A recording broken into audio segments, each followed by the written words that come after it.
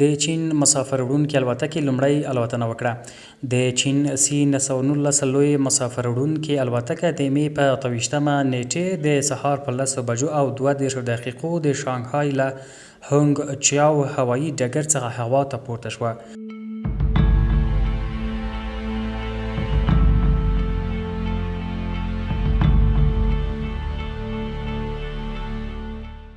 او شاوخوا 3.5 ساعته مزل وروسته د پلازمینې بیجینګ هوایي ډګر ته ښکته شوه. چین وايي سی 919 الوتکه د نړیوالو معیارونو په مطابقت جوړه کړې ده او د نړۍ دریم هیواد شو چې د لویو مسافر وړونکو الوتکو د تولید توان یې خپل کړی دی.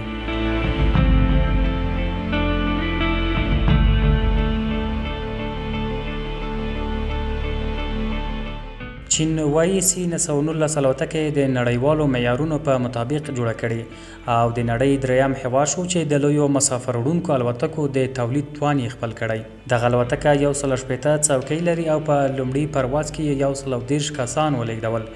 د دې الوتکې لنډ نوم سی 919 دی. سی د چاینا مخفف لومړی توری دی.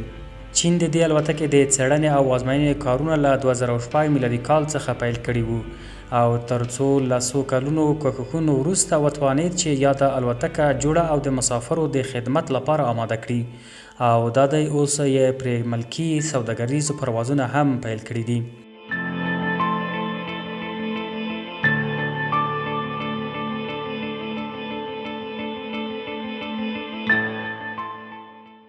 د چین ختیځ هوایي شرکت په لومړي ځل په 2019 میلادي کال کې په یاد الوتکه د الوت بریالۍ ازمایښتي ازموینه وکړه او د 2022 میلادي کال په سپټمبر کې د چین د ملکي هوایي چلند ادارې څخه جواز ترلاسه کړ. د چین دولت رئیس شي جینګ پینګ همغه مهال دغه چاره د خپل هیواد لپاره یوه نوښتګره لاسته راوړنه وبلله.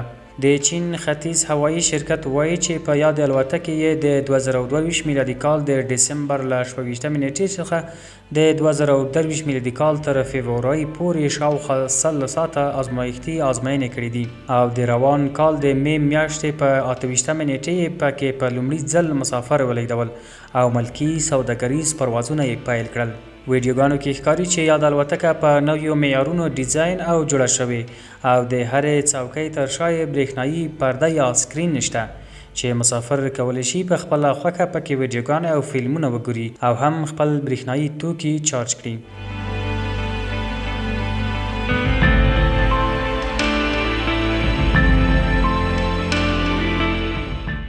ایربیس او بوینګ شرکتونه د نړۍ ګڼو هیوادونو ته لوی مسافر وړونکي الوتکې جوړوي او د هوایي چلند کرښې یې په خپل لاس کې اخیستې دي. خو اوس باور دا دی چې د چین سی 919 الوتکې ښایي په ملکي سوداګریزو پروازونو کې د لویدیځ ایربیس او بوینګ شرکتونو انحصار مات کړي.